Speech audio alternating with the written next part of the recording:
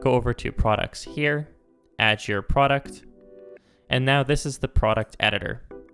Now you want to add your name, we'll call it Sunrise Blend, and a description that I'll copy over. This is where you'll upload your media. So I will upload a picture, drag and drop it in here. And the price is the price that the customer will be charged for. So we'll do $14.99.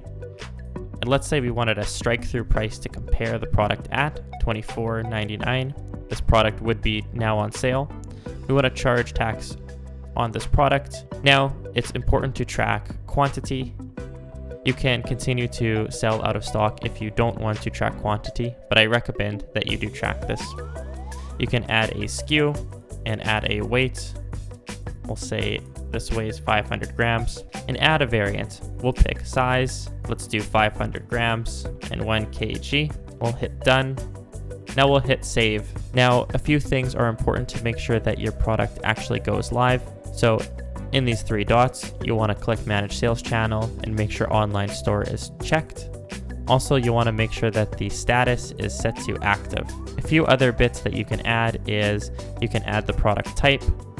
So you can put coffee. This will be important for filtering later on. And you can also add tags if you'd like to filter like that. One last tip that I'll show you is if you click into one of the variants, you'll be able to choose an image. So when someone selects different variants, the correct image will show. And you can also set variant specific information such as SKU, shop location, set how many you want to be available. We'll make it 1,000 and then make sure that the correct weight is applied.